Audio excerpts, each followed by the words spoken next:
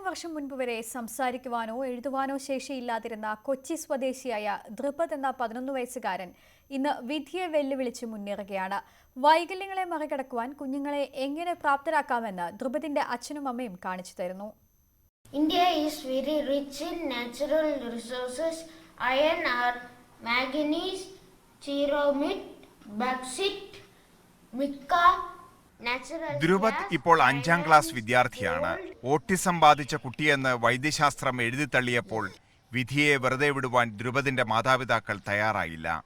അമ്മ സിന്ധുവും Indian express ദിനപത്രത്തിലെ ചിത്രകാരനായിരുന്ന അച്ഛൻ വെങ്കി എന്ന വെങ്കടാചലവും വരകളുടെ ലോകത്തിലൂടെ മകനെ ജീവിതത്തിലേക്ക് പിച്ചവെപ്പിച്ചു.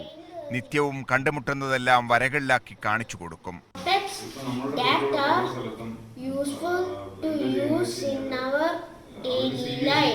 വരകളിലൂടെ പരിചയപ്പെടുത്തുന്നവയെ നേരിലും കാട്ടിക്കൊടുക്കും. വർഷങ്ങൾ നീണ്ട ഈ പ്രയത്നത്തിലൂടെ ദ്രുപദ് സാധാരണ കുട്ടിയെപ്പോലെ കാര്യങ്ങൾ ഗ്രഹിച്ചു തുടങ്ങി. പല്ലിന് പ്രശ്നമാകുമ്പോൾ എവിടെ പോകണം? ഡെന്റിസ്റ്റിന് പോകണം. ഇതാണ് ഡെന്റിസ്റ്റ്. പിന്നെ കണ്ണിനൊക്കെ പ്രശ്നം വന്നാലോ ഡെന്റിസ്റ്റിന്റെ അടുത്ത് പോകും. Very good. വരകളാണ് ഇന്നവന് പ്രിയപ്പെട്ട വിഷയം. പഠനത്തിലും പിന്നിലല്ല. ഐഡിയൊക്കെ ബ്രെയിൻ ഡെവലപ്പ് ചെയ്തിട്ടാണ് ഐഡിയൊക്കെ കണ്ടുപിടിക്കുന്നത്. 3rd സ്റ്റാൻഡേർഡിൽ ക്വസ്റ്റ്യൻ ആൻസേഴ്സ് എഴുതുമ്പോൾ മടിയായിരുന്നു. എന്നിട്ട് എനിക്ക് 5th സ്റ്റാൻഡേർഡിൽ എഴുതാൻ നന്നായിട്ട് എഴുതാൻ തോന്നി. സ്കൂളിൽ ഒരു ദിവസം വേണ്ടരുത്.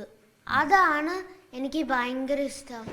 ഓട്ടിസം അടക്കമുള്ള വൈകല്യങ്ങൾ ബാധിച്ച കുട്ടികളുടെ മാതാപിതാക്കൾ വെങ്കിയിൽ നിന്നും സിന്ധുവിൽ നിന്നും ഏറെ പഠിക്കാനുണ്ട്. പാരൻസ് ശരിക്കും എന്ന് പറഞ്ഞാൽ ഈ കുട്ടികളുടെ കൂടെ നടക്കുക എന്നുള്ളൊരു ഏറ്റവും വലിയ ഇമ്പോർട്ടൻ്റ് ആയിട്ടുള്ള കാര്യം. കാരണം എപ്പോഴും നടക്കുകയും ഇവരുടെ ഇൻട്രസ്റ്റ് എന്താണ്. ചില കുട്ടിക്ക് പാട്ടായിരിക്കും, ചില കുട്ടികൾക്ക് കഥകളായിരിക്കും. അപ്പോൾ അതിനെ ഒരു ടൂളായിട്ട് എടുക്കുക അവരുടെ ലേണിങ്ങിന് വേണ്ടി. ഉറങ്ങിക്കിടക്കുന്ന കഴിവുകൾ തട്ടിയുണർത്തിയാൽ ഏതു വൈകല്യത്തെയും അതിജീവിക്കാമെന്ന് ദ്രുപദ് സ്വന്തം ജീവിതത്തിലൂടെ കാണിച്ചു തരുന്നു. ആ വിജയത്തിന് പിന്നിൽ ഈ മാതാപിതാക്കളുടെ കൈത്താങ്ങും ചെറുതല്ല. N Sreenath, News 18, Kochi.